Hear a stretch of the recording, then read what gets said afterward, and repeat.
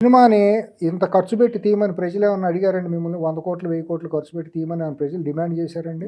ఏది తీయమని అడగరు అసలు వాళ్ళు. మీరు తీశారు. తీసిన తర్వాత ప్రభుత్వాలు మేము ఖర్చు పెట్టి తీసాం కాబట్టి సినిమాకు 3000 రూపాయలు టికెట్ అని చెప్పి అడగటం ఏంటి? ప్రభుత్వాలు ఇవ్వటం ఏంటి? నాన్ సెన్స్ కదా.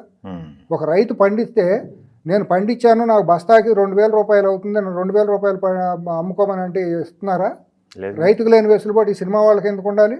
వీళ్ళు తీసేయని అసాంఘికమైన సినిమాలు, ఒక స్మగ్లర్ సినిమాలు, ఒక వ్యభిచార ప్రవృత్తిని ప్రోత్సహించే సినిమాలో అశ్లీలలోనూ అసభ్య ప్రదర్శనలు లాంటి అంగాంగ ప్రదర్శనలు చేసే సినిమాలతో ఇదే వీళ్ళు ప్రోత్సహించే సంస్కృతి సంప్రదాయాలు.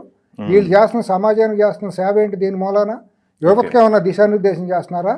యువతను ఏమైనా సభ్య సమాజంగా మీరు ఈ రకంగా ఉండని ఏమైనా మెసేజ్ ఓరియంటెడ్ సినిమాలు ఏమైనా ఇచ్చారు? ఆకలి రాజ్యం లాంటిది, ఈ చదువులు మాకొద్దు లాంటివి ఎన్నో ఉన్నాయి. టీ కృష్ణ గారు తీసిన ప్రతిఘటన లాంటి సినిమాలు కానివ్వండి, ఏమైనా ఉన్నాయో పని. కానీ విప్లవాత్మైన నారాయణమూర్తి తీసిన సినిమాలు లాంటివి ఏమైనా ఉన్నాయో పని? మీరు తీసేయని సినిమాలు తీస్తా మళ్ళీ ప్రజలను దోసుకుంటాం. ఒక పక్క థియేటర్లో ఇష్టానుసారం మీరు 4-5 కుటుంబాలు చేరి థియేటర్లో, సినిమా ఇండస్ట్రీలో హీరోలు మీరే, రాష్ట్రంలో థియేటర్లో మీ చెప్పు చేతల్లోనే. మీ చెప్పు చేతల్లో ప్రభుత్వాలు ఉండాలి.